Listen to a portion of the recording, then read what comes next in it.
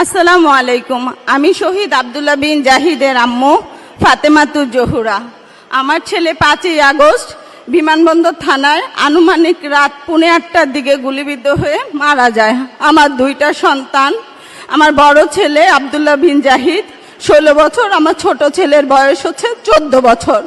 আমার বড় ছেলে মারা যাওয়ার 14 দিনের মাথায় আমার ছোট ছেলের ক্যান্সার ধরা পড়ে, সেটা 3rd স্টেজে। আপাতত আমার ছেলে ট্রিটমেন্টে আছে। সরকার থেকে এ পর্যন্ত আমাকে বা আমার ছেলের জন্য কোনো খোঁজ খবর নেওয়া হয় নাই। এই মার্চের 18 তারিখে আমার হাজবেন্ড ব্রেন স্ট্রোক করে মারা যায়। আমরা বিএনপির পরিবার থেকে আমার ছোট ছেলে জিসানের ট্রিটমেন্ট বাবদ যাবতীয় খরচ বহন করে, তারা আমার খোঁজ খবর নেয়।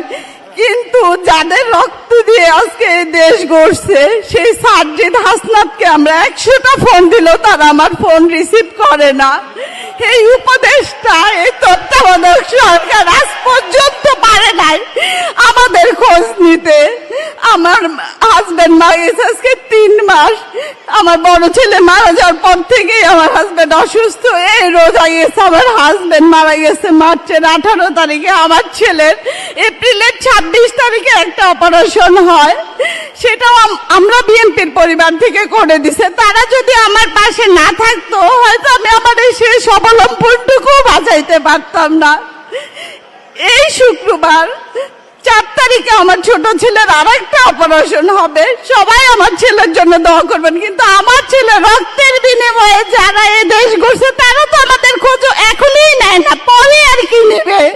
আমরা বিএনপির পরিবার যদি আজকে আমার ছেলের সাথে আমার সাথে না থাকতো, তাহলে আমাদের রাস্তায় দাঁড়ায় ভিক্ষা করতে হইতো, আর নাইলে আমার ছোট ছেলেও আমার কাছে থাকতো না।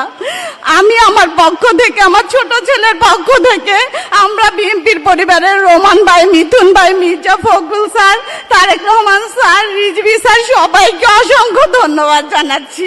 আসসালামু আলাইকুম। আসসালামু আলাইকুম। আমি শহীদ আব্দুল্লাহ বিন জাহিদের আম্মু ফাতেমাতুর জহুরা। আমার ছেলে 5ই আগস্ট বিমানবন্দর থানায় আনুমানিক রাত 8:45টার দিকে গুলিবিদ্ধ হয়ে মারা যায়। আমার 2টা সন্তান, আমার বড় ছেলে আব্দুল্লাহ বিন জাহিদ 16 বছর, আমার ছোট ছেলের বয়স হচ্ছে 14 বছর। আমার বড় ছেলে মারা যাওয়ার 14 দিনের মাথায় আমার ছোট ছেলের ক্যান্সার ধরা পড়ে, সেটা 3rd স্টেজে।